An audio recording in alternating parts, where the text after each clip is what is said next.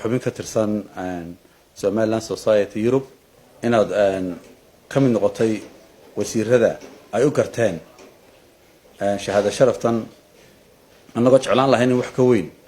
aanu jeclaan lahayn inaanu qabanno laakiin markii aanu daawanay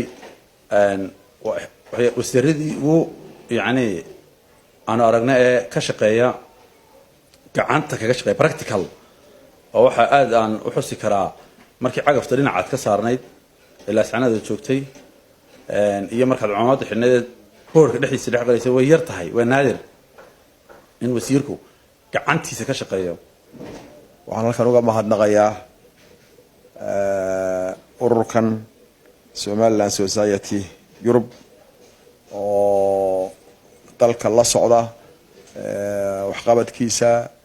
amuraha guud ahaan waxaan halkan uga mahadnaqayaa shahaadada ay guddoonsiiyeen oo hawlkarnimo يعني عادي عاد وقوم هاد نغيا إذا وسير سعادة وسير واحد شرف وين إياه هنا كنتم فيه شهادة أو أيكو قرتين Somaliland Society Europe أنا وكو هذا يوم بهاف أحمد ولان شامحي هذه أدوات محطنتي ليه قدوم